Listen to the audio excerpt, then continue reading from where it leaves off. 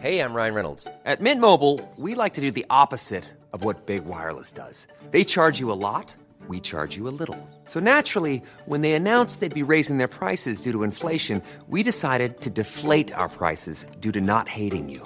That's right. We're cutting the price of Mint Unlimited from $30 a month to just $15 a month. Give it a try at mintmobile.com/switch. $45 up front for 3 months plus taxes and fees. Promo rate for new customers for limited time. Unlimited more than 40 gigabytes per month. Slows full terms at mintmobile.com.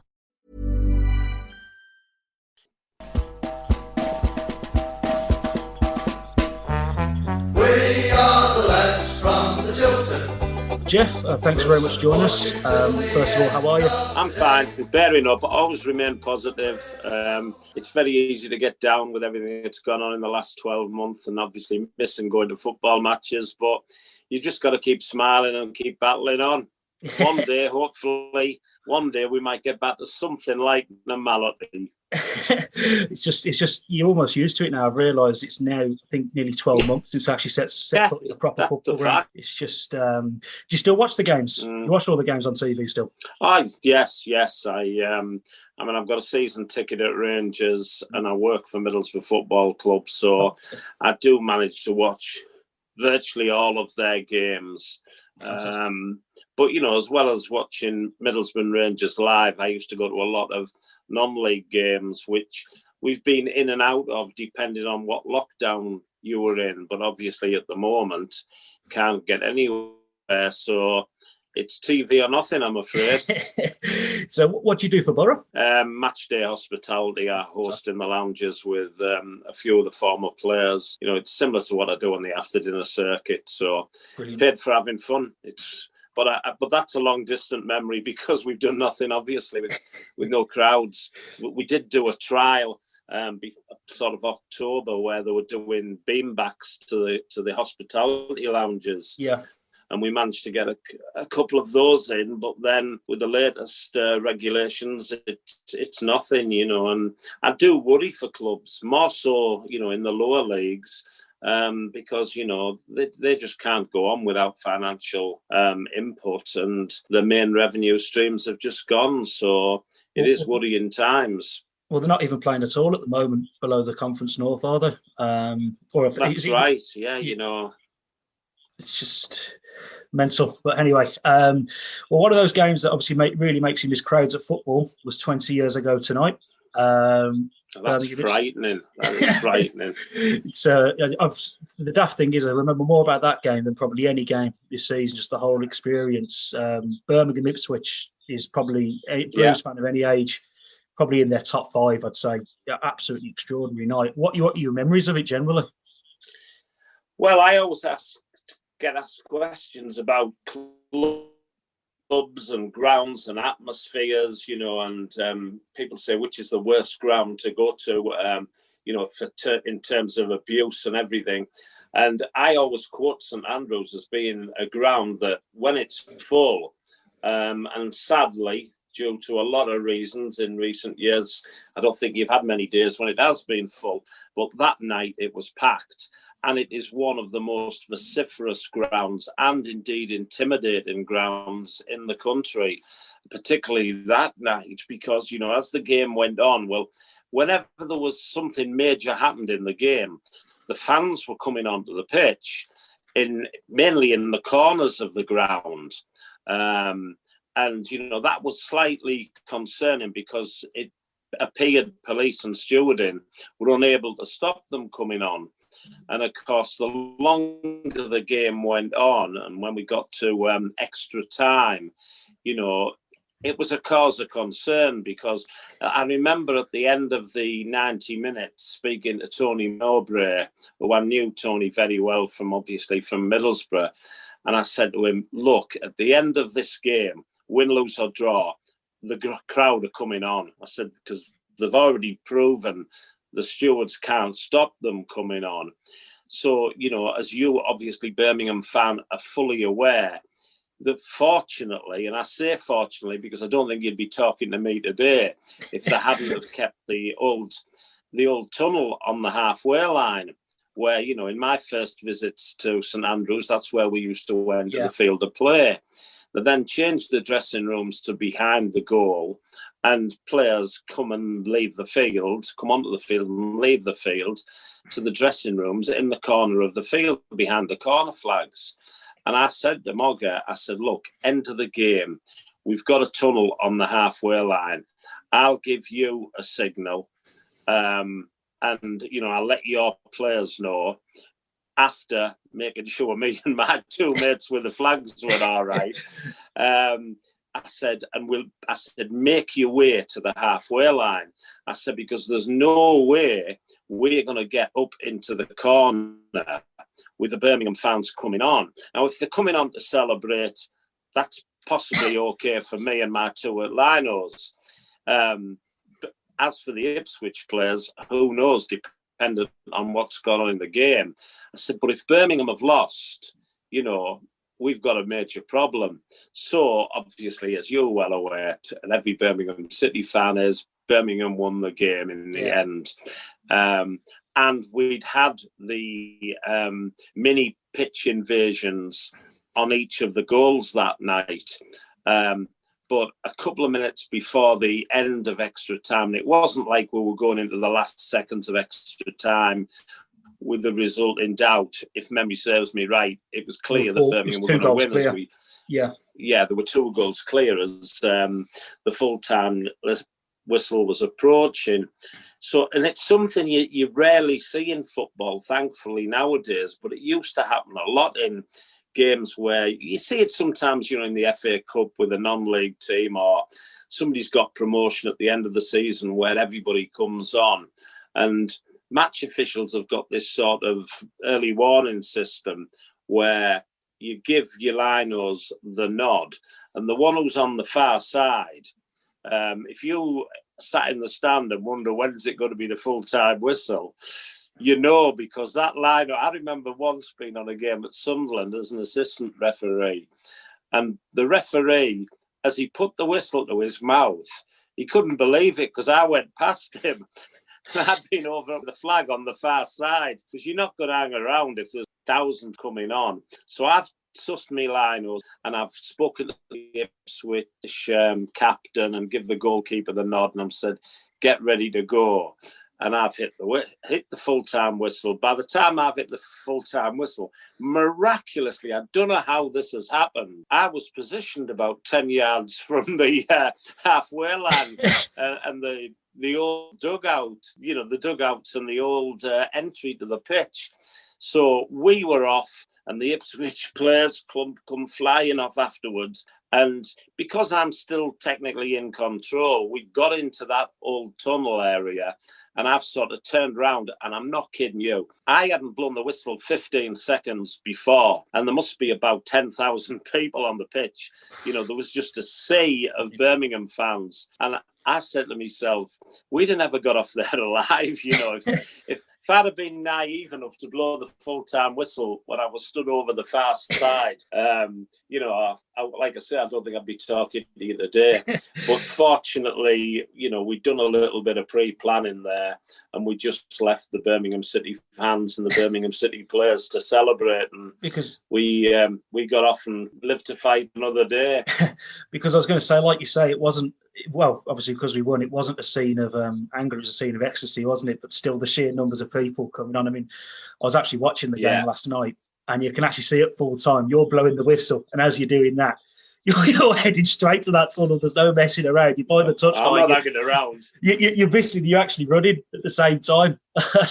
Fantastic. I mean, obviously, on a more serious note, you've obviously talked about the fact that you're worried. Obviously, if Blues have lost, the atmosphere could have got very, very sour. Does that ever impact you, even subconsciously, do you think, in an atmosphere like that, where you think, crikey, if I give a decision that the fans don't like, I'm in massive trouble here? Well, I can answer that question by indirect means. I'm refereeing Millwall versus West Ham, and it was a lunchtime kickoff on a Sunday. The police had already told us prior to the game it's the largest police presence that they've ever had in London for a football game. It was the first time Millwall had played West Ham in about 10 years. And, you know, it was kicking off all round London away, as is usually the case. The trouble doesn't occur in the football grounds. It was happening at pubs, and pubs were getting wrecked and one thing and another on the approaches to the ground. And during the game, even, people who hadn't got tickets, they were still having the fights outside. But the chief inspector said to us as we're going out onto the pitch, he said, Jeff, he said, I know you've got to do what you've got to do. You've got to give what you see, but any help that you can give us today will be much appreciated. Well, 90 minutes later, we're coming off the field. I've given 3 penalties. I've sent the West Ham goalkeeper off, and the West Ham end has tried to come on the pitch to join us. Now, I know yours is a family show. It goes out to children. So unfortunately, I can't repeat what the chief inspector said to me as I was leaving the field. But let's just say it was thanks a lot with a few expletives in. So I think, therefore, as a referee, I think I can stand up to be counted and say, well, yeah, I realised in that game there could be hell on if I'm giving red cards and penalties, but red cards were needed and penalties were needed, so I dished it out. That is a factual account of that. A sensible answer, though, to your question is subconsciously, I can't tell you because, you know, I'm not a brain surgeon. I don't know how the human brain works. But, you know, I mean, if you are in a very, very intimidating atmosphere, how does the mind work? Does a referee? I mean, people always say you're swayed by the crowd and influenced by a manager. Well, I was just to laugh at that. You know, Fergie was the best example. That say, you know, Fergie influences referees. And I'm thinking, I'm at Old Trafford. There's nearly 80,000 people in the ground. And I've got 22 highly qualified, highly talented footballers to worry about. I couldn't give a toss about a 70-odd-year-old bloke on the touchline with the greatest respect, you know, whether he's shouting, screaming, or what he's doing. I've got too much to concentrate on. And, you know, during my career, I've given penalties in front of the cop, you know, against Liverpool. So you'd like to think that you're going out, obliterate the sound, the atmosphere, the comments, and you just do what referees are supposed to do. But subconsciously, I don't know the answer to that, Nat. I don't know the answer.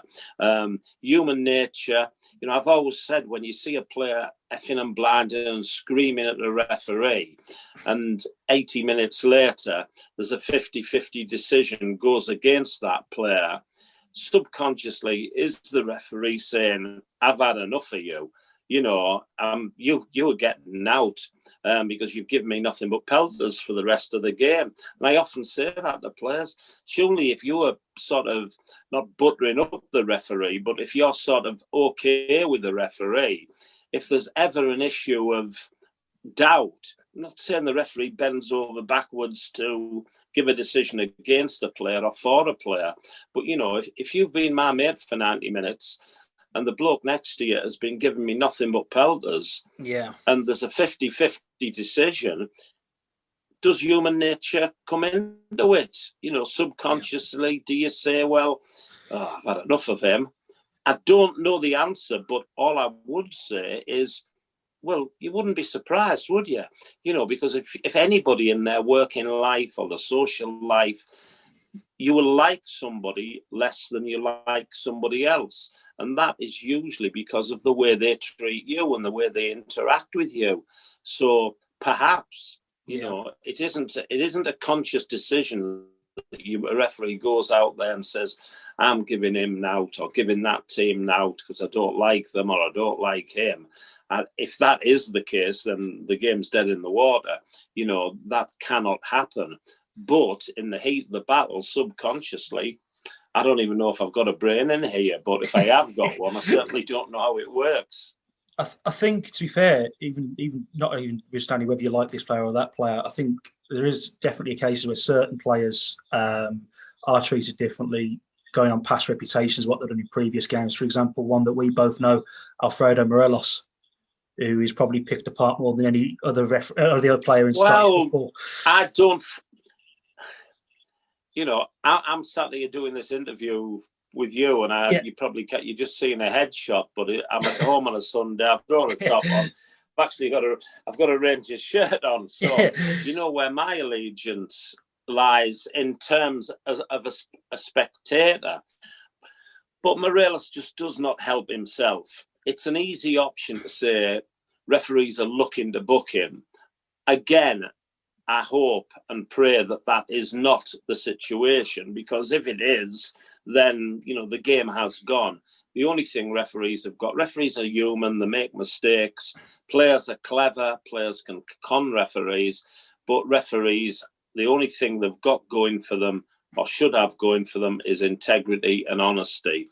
But if you're a player like Morelos, and he's an example that, you've used his name, there've been many others down the years, he just doesn't make it easy. No. And, if you're a referee and something's gone off and you are not sure, with his antecedents, it's almost fair to assume, well, what's he done now?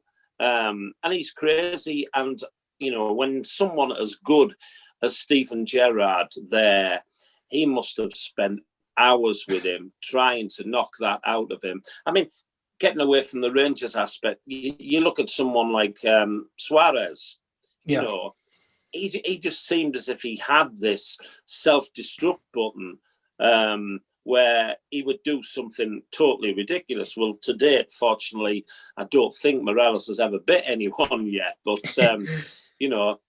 Suarez, I'd track record for that. Now, as a referee, you can't prejudge and think to yourself, well, I didn't see it, he must have done it, because, maybe on that occasion he hasn't done it. But when people say referees prejudge players, well, of course they do, because players prejudge referees. Managers prejudge the opposition. It's part and parcel of the game that where your problems, the player, if you're defending a penalty area situation from corner kicks, that the opposition have got a centre forward, a centre half who comes up for corner kicks and knows exactly what he does. So you plan your game around stopping him getting away with what he does in the penalty area. As a referee, you've got to control 22 footballers. And if you know that Roy Keane is teaming up against Patrick Vieira that particular day, if you can control those two, then there's a fair chance you can control the flashpoints in the game. So as a referee, are you prejudging? That is one word. Maybe it is the right word. I don't think it is. I think you're being professional. You're knowing where your problems lie. And, you do your utmost to prevent things happening. But that if those two take over the game, you're not going to get control of it. Now, Morelos has got such a track record. And, I mean, some of the things he's doing now, the stamping and the off the ball, the elbow that he got the retrospective red card punishment for a couple of months ago. There's just no control in that. That's something that's in him. And, I know Stephen Gerrard and I know his backroom staff, and they will have spent hour upon hour trying to knock that out of his game, and may be approaching the time where they're saying, we're not going to change him. My big worry with a player like that is that sooner or later, I mean, I don't think he's going to cost Rangers the league this season. I think I'd like to think not. Yeah. But he certainly, I mean, the game against Dundee United was 0-0 at the time. And if you go down to 10 men, or if you look later on in the season, Scottish FA Cup tie, the semi-final, the final, you go down to 10 men against one of the better teams in Scotland. And I'm talking about, obviously, when I say the better teams, I'm including teams such as Aberdeen, Hibs, Dundee United, Livingston. I haven't missed. I don't think you missed anyone, have I? Yeah. But joking apart, No. When you're in a vital game, a one-off game, a cup tie, and if Morelos does something like he has been guilty of doing so many times before, you go down to 10 men, that can cost you the game and, can cost you a cup. Over a season in the league, he's the one who's losing out because he's missing games, he's missing goals. And fortunately, Rangers have got other players who can come in now. I mean, last season was perhaps different. Rangers' victories were all about Morelos' goals. And if he didn't score, who's going to score? Yeah. Now the goals are spread amongst the team. Four quality strikers, isn't there? Yeah, and there's other strikers and there's other options. And he's the one who's going to be losing out in terms of game time. But Rangers are going to lose out because, a year ago, we don't know. Paper talk on transfer fees is one thing, but, there was talk of £20 million and one thing and another. I don't think he would be, especially in the present climate, all the change in the game of the finances to do with COVID, etc., but also on performances. He's probably become a better all-round player, a better team player, but, it's goals that make people sit up. So, Rangers might have got a quite sizable fee for him 12 months ago. I'm not so sure now or in the future that is going to be reflected, especially if he can't get this behaviour out of his game. I think it's fair to say that parting of the ways might be in the best interest of all parties in the summer once the league is wrapped up. Get the money we can for him because we still make a huge profit. He only came for $1 million after all, so get a big profit on him and let him move on. He might, and a change of scene might do him good. You never know. But back onto the Ipswich game. Well, you never know. Go on. You were going to say? Back on the. Ipswich... No, sorry, you said back onto the Ipswich game. Yeah, back onto the Ipswich game. I don't think there was many flashpoints in the actual game itself. I don't think there's many I can't think of any controversial decisions. But when you're reffing a game like that, I mean, I think that's as good a performance as any second-tier teams ever probably put out in the cup. I mean, to win 4-1 in the second leg like that. When you're reffing a game like that, do you ever become distracted by the way the game's going? Because it was a heck of a game. Yeah, I mean, I'm a football fan. I was a football fan before I got into refereeing, and I've certainly been an avid football fan since my career finished. And you've got to... I remember one game that you may recall, it was an FA Cup quarter-final, Portsmouth at home to Arsenal. Yeah. And Arsenal won 5-1, if memory serves me right.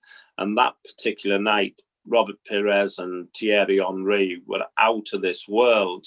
And I remember joking to Thierry Henry as we came out for the second half. I said, "You're making my job difficult." And he said, "Why?" "I've not spoken to you." And I said, "No, I don't mean like that." I said, "I'm forgetting at times how good, what I'm supposed to be doing, refereeing the game of football, because I'm watching, some of the football on display." And he had a sense of humour, believe it or not, because a few minutes into the second half, I give a free kick against someone or the other. And he ran about 15 yards to confront me. And I said, "What's wrong with you?" And he said, "I was just checking that you weren't watching us and concentrating on the game." And, fair point. But yeah, in answer to your question, you've just got to... You appreciate skill, you appreciate things that are going on, but you've got to remember that your job is to referee the game of football. Now, getting back to the Ipswich-Birmingham game, an absolutely massive game. It's the second leg. It's going to be... If it had been the first leg, anything can happen over, the course of two games. But in the second leg, it's going to be decided, even if we've got to go as we did on the night to extra time. It's going to be decided. So, you've got a ground full of very, very passionate fans. You've got players who've got the chance of, I nearly said going to Wembley, but obviously it was the Millennium Stadium, the final that year, if memory serves me right. It's the first one there. And, And, major. I mean, in years gone by, Birmingham City might have featured in a lot more high-profile games. But at that stage, it was a chance to get to a cup final, which doesn't happen very often to second-tier clubs. And, obviously Ipswich were a good side at the time. So you're aware. I mean, you'd have to be living on planet Zog if you weren't aware of what a game means when you're going into it. But to be quite honest, if that had been a run-of-the-mill Tuesday night at St Andrews, mid-table clash with virtually nothing at stake, they're harder for a referee than a semi-final second leg with everything there. And A lot can happen in the next 3 years. Like a chatbot may be your new best friend. But what won't change? Needing health insurance. United Healthcare Tri-Term Medical Plans are available for these changing times. Underwritten by Golden Rule Insurance Company, they offer budget-friendly, flexible coverage for people who are in between jobs or missed open enrollment. The plans last nearly 3 years in some states, with access to a nationwide network of doctors and hospitals. So for whatever tomorrow brings, United Healthcare Tri-Term Medical Plans may be for you. Learn more at uh1.com. Hey, I'm Ryan Reynolds. Recently, I asked Mint Mobile's legal team if big wireless companies are allowed to raise prices due to inflation. They said yes. And then when I asked if raising prices technically violates those onerous 2-year contracts, they said, "What the f*** are you talking about, you insane Hollywood ass?" So to recap, we're cutting the price of Mint Unlimited from $30 a month to just $15 a month. Give it a try at mintmobile.com/switch. $45 up front for 3 months plus taxes and fees. Promo rate for new customers for limited time. Unlimited more than 40 gigabytes per month. Slows full terms at mintmobile.com. I mean, I was fortunate enough during my career to referee, for example, Birmingham Aston Villa. I didn't realise that. A game. Yeah, I did one. It wasn't at Birmingham. I was fourth official when to a couple of Birmingham Villa games at St Andrews, if memory serves me right. But I refereed one at Villa Park. What was the score? Oh, blimey. I can't remember the scores from games yesterday, let alone that. I know it was a Sunday lunchtime, 12:30 kickoff for obvious reasons. Might have been Stern John. Was it the one where Stern John equalised last minute? Yes, yes, it was. You've done a few big games down here. Well, I've been involved. Well, yeah. I mean, I've done big games. Tottenham, Arsenal, and you talk about atmosphere. It was Sol Campbell's first time back at White Hart Lane for Arsenal against Spurs. So through my career, was fortunate enough to be involved in a lot of very big derby matches and high-profile games.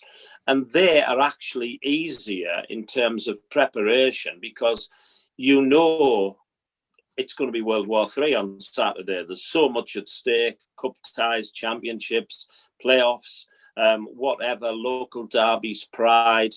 And everybody is going to be up for it. An end of the season, middle of the table game where teams just want it over and done with, they're sometimes harder for your concentration and you can miss things because you come down a peg or two.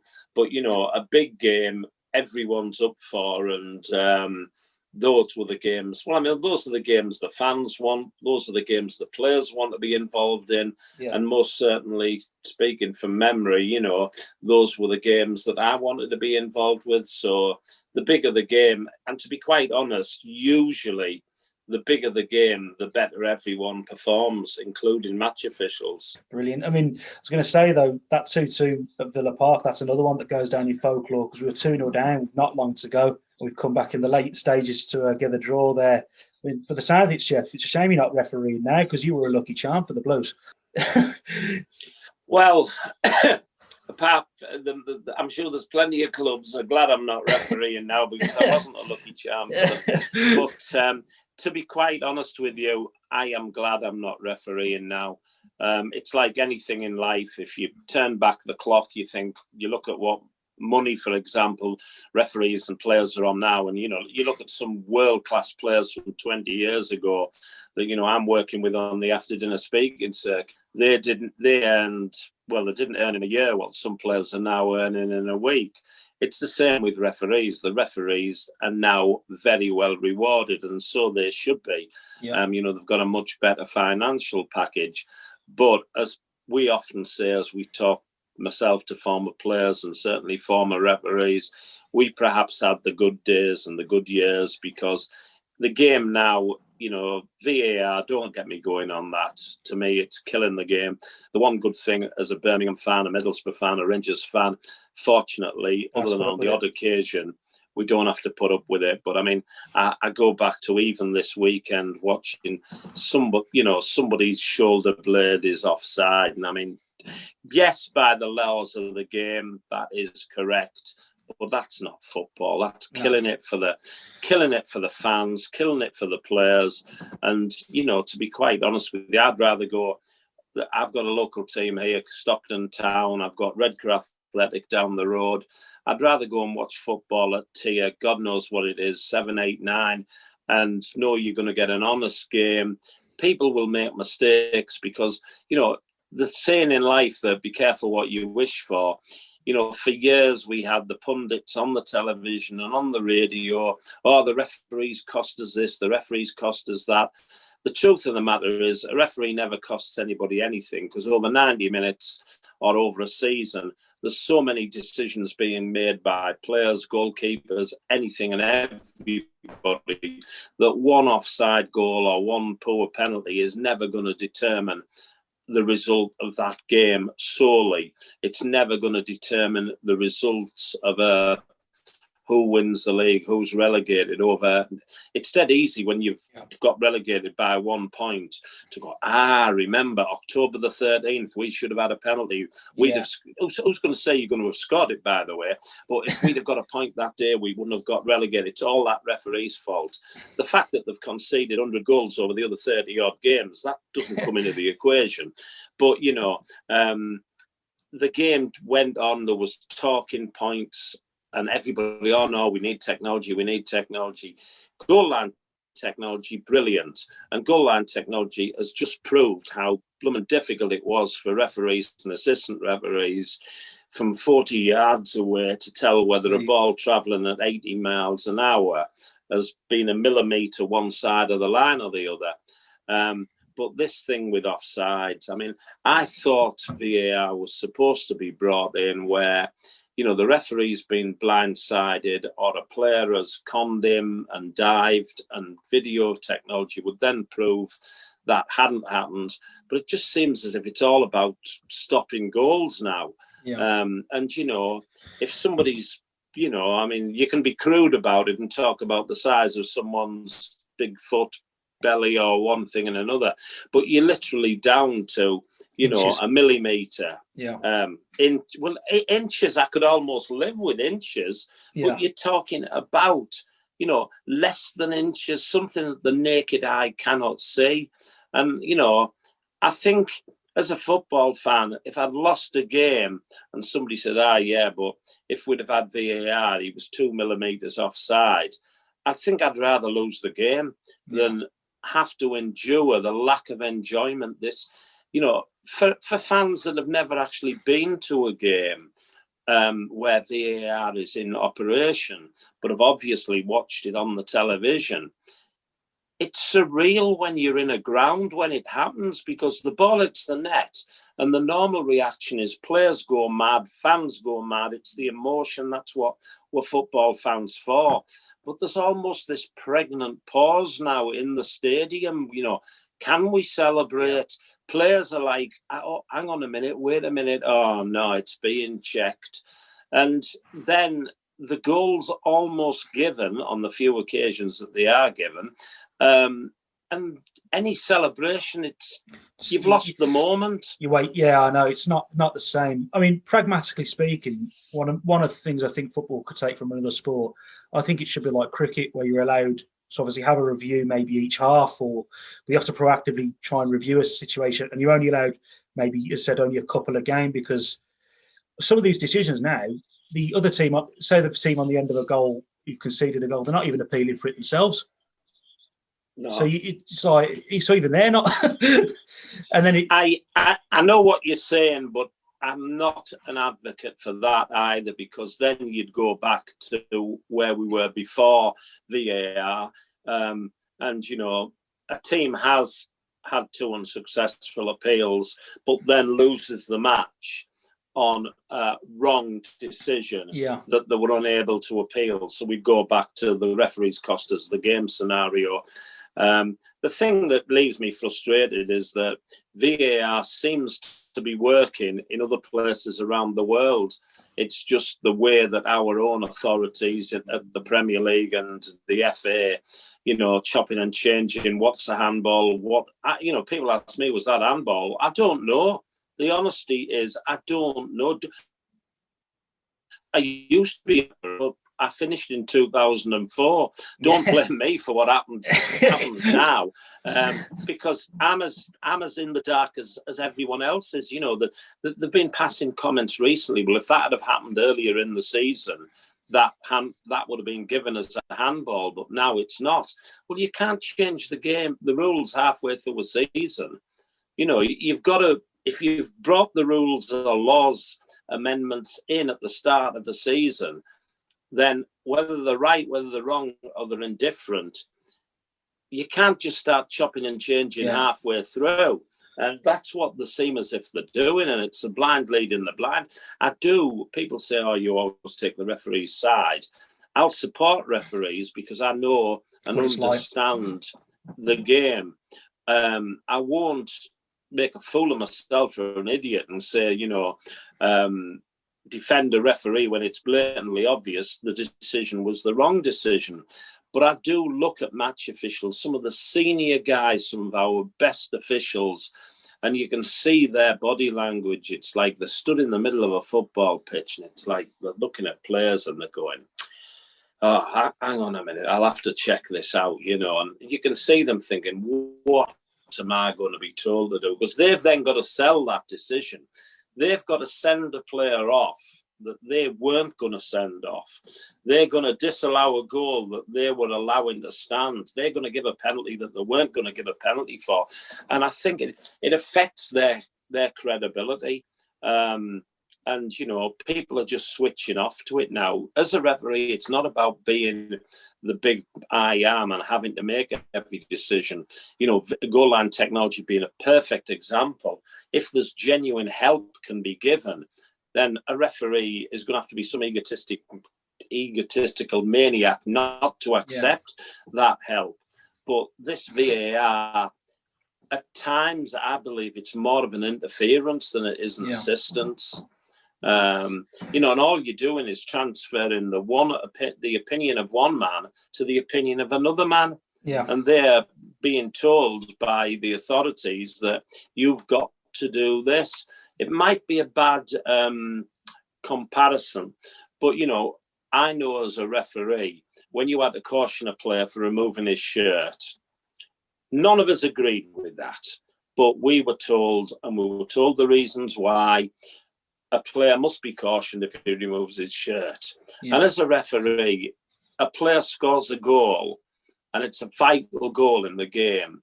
You know, you've already cautioned him earlier on in the game. And as the ref, you stood there thinking, for God's sake, don't take your shirt off. Please don't jump into the crowd. Please don't do that. Because I'm going to have to send you off. I don't want to send you off. I understand your relation. But if I don't send you off, I'm going to get castigated. I'm going to get marked down. It's going to affect my career. Yeah. Because I won't be out the following week. If I was supposed to be refereeing Man United Liverpool the following week and I've not sent the player off for taking his shirt off when I should have done, I'm going to be taken off that game. So as a referee, there are times that you're thinking, I totally disagree. I mean, if you can't, because these lads are all on good salaries now and they're protecting their interests, they're protecting the jobs. But, you know, you can imagine they're out there. If you would sit them down in all honesty and say, what do you think about this interpretation of handball now? What do you think about the offside situation? Their honest stance has got to be, it doesn't matter what I think, it's my job. And you know, you go into work tomorrow morning, and every other football fan, if they're still in work or furloughed or whatever, they're doing the job. Don't tell me that every individual agrees 100% with what they've got to do at work, what their bosses tell them they've got to do. But you've got to, because it's your job. And if you don't do it, you stand a chance of losing your job. Yeah.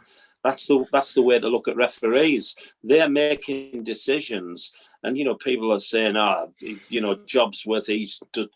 I know for a fact they don't want to have to do that. They don't want to have to make that decision. But the terms and conditions of their contract says that if a player does X, Y, or Z, you will caution him, send him off, or whatever. So I think some of they might get a lot more money now. They might have better perks and everything. Certainly post-refereeing. When I finished, that was it. You finish on the Saturday, that's it. Now the referees are in pension schemes, and they get a payoff when the careers are over. The terms and conditions, and good luck to them, are much better. But whilst all that might be much better for them, I wouldn't thank you to go out there on a Saturday afternoon. The intrusion into your life, I suppose. Yeah, I can see it from both sides. In terms of, obviously, it's good that they're now being properly looked after, because ultimately they have to be elite athletes like the players. But at the same time, I can see it to be more of a headache than it may be worth of a lot of people. Just quickly, you talk about senior officials making big mistakes. After that semi-final, I don't know if you remember, we played in the final against Liverpool, and David Ellery, who was probably the most senior official of the lot at the time, made an absolute howler, which and Andy Johnson, our old striker, got mauled down in the box for a penalty that if we had scored, we'd have won the cup. Do you remember anything about that at the time, or do you remember if he got castigated for that in private afterwards? Because it was a genuine howler.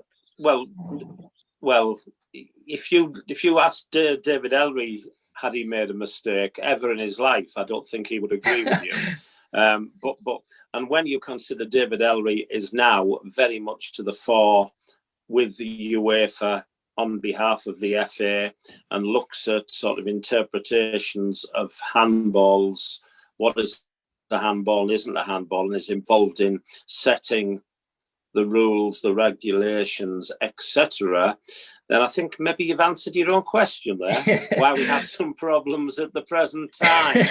But, I'm slightly talking against myself here, because when I said no refereeing decision is the be-all and end-all, over a league season, over the course of a 90-minute game, no, it isn't. And in that particular game, there's lots of things Birmingham could have done or Liverpool could have done that would have determined the result of the game. But when you're looking at one particular decision in a match that does appear to be the one in question, then it's hard for my argument to bear too much sense, really. Because I can't recall the incident. I don't even. It was played on a Sunday afternoon, wasn't it? Yeah, it was a 4 o'clock on a Sunday. I mean, Liverpool obviously. There's every chance I'd have been watching another game or something. I can't recall the incident, but in the back of my mind, because I know Andy Johnson had a cracking game in the semi-final, didn't he? He scored. He actually scored in that particular. Yes, but you can't justify that now. But like I said, David Ellery was perfect, because I think David Ellery's told me he was perfect. So I can see your tongue in your cheek there. Yeah, it's a long way into my cheek. Brilliant. I mean, just obviously the present day, you're a Middlesbrough fan. I know, a massive Middlesbrough fan, and we've currently got Aitor Karanka in the dugout. The football that we've been playing. You're welcome to him. Yeah, I was going to actually ask your opinion. The football that we play, for want of a better word, is painful to watch most of the time. I just wondered what your thoughts were on him. Well, I'm not an Aitor Karanka fan. He certainly split opinions. He achieved success at Middlesbrough eventually. Yeah. He did get us promoted, but then his style of play in the Premier League. You don't mind as a fan if you get beat every week and your team is going gung-ho end to end. Well, you do mind, obviously, you don't want to lose. But if you're going to get relegated, you'd rather go down fighting than go down with a whimper. And, his infamous 4-2-3-1 formation, if I used to say, if Middlesbrough had the finances and signed Lionel Messi, Ronaldo, Ribery at the time. Yeah, Ribery. Give me 6 of the best world-class strikers in any generation of the game. They would have to fit into a 4-2-3-1 formation, and if that meant playing Messi as a holding midfielder or playing Ronaldo. That, there's perfect examples. We had a player at Middlesbrough who was arguably the best finisher on the books, Cristiano Stuani. Yeah, I remember the Argentinian. He scored in goals against Barcelona, against Real Madrid in Spain now, because he plays in what every one of us could see was his position. He was a front man. He was a target man. He could hold the ball up. He could score goals. We had to play wide right in Karanka's 4-2-3-1. So there's lots of tales that you hear, whether they're all true or not. And people in the game that I know worked with Karanka who weren't his biggest fans. I certainly wasn't his biggest fans, but it's the fight I would lose with a lot of Middlesbrough fans, because took you up. Since he took us up and since he left, things haven't exactly been brilliant. Yeah. So he does have his supporters. All I would say, I'm not one of them. But then again, but a lot of what you're saying is ringing true. Because the 4-2-3-1, we are playing that most weeks. There's a guy called Lucas Djukovic, our main striker. Ex-Middlesbrough. Ex-Middlesbrough. I think Karanka might have even sold him at Middlesbrough, but he's scored 30 goals over the last 2 seasons. He can barely get a kick now because the way he plays just doesn't suit him. And Djuki, I think, to be fair, he's one of the most honest sort of pros you could meet, and he's been a real bedrock at the club in what has been a very, very difficult few years. And Birmingham City, otherwise known as Middlesbrough Reserves. Now, when you look down the years, you've had a couple of managers who were former Middlesbrough managers, and Jukovic, Clayton, George Friend, Jonathan Grounds was there for a number of years. So I love Grounds. He's one of my favourites. Proper trier. Yeah. A good player, definitely. And in George Friend, you've got one of the nicest people in the game, and a genuine guy, and, someone who perhaps we'd love to see involved in some capacity at Middlesbrough still. But, Karanka, I think, gave him a 2-year contract, which at that age of his time of his career was an important one. But, the great thing about football, and I've gone from talking to you with a referee's hat on to now talking to you with a fan's hat on. The great thing is we've all got opinions, and one man's hero is another man's, I don't want him anywhere near my club. I'm telling you, and I would have stand-up arguments with Borough fans about Karanka, who still love him. And when he comes back to the club, tremendous ovation by Borough fans, yet there are an equally, maybe less noisy, I would say possible majority that were, thank you for what you did for us, but by the time he come to leave the club, enough was enough. It was time for him to move on, and it's your problem now. It's just remarkable. Even against the lower lights of this league, we're talking about maybe your Wickhams, your Coventrys, some of the even poorer sides. We are so negative to watch. Now, does that ring true back when he was manager of Middlesbrough as well, that he was just down no matter what? Yeah, definitely. That was Karanka's.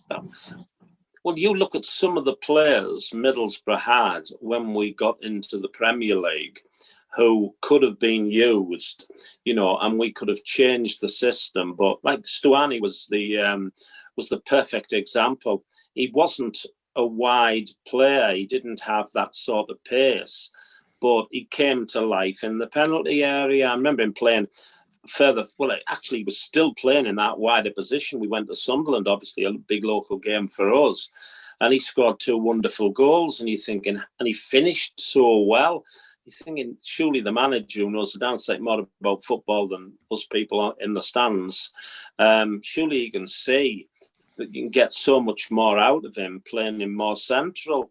And we had some really good footballers at Middlesbrough under Karanka's reign, we never got the best out of. And it was almost, I was being facetious talking about playing Messi as a wing back or as a holding midfield player. But it did seem as if 4-2-3-1 was the team selection. Then he slotted players in. He had to put 11 players on the park into those positions. But I think that, to a certain extent, is football. It's a strange, people in football talk down to journalists, to fans, to referees, and anybody and everybody, because they believe, and maybe they're right to a certain extent, because they've always been involved in the game, they know best. We are the lads from the Tilton.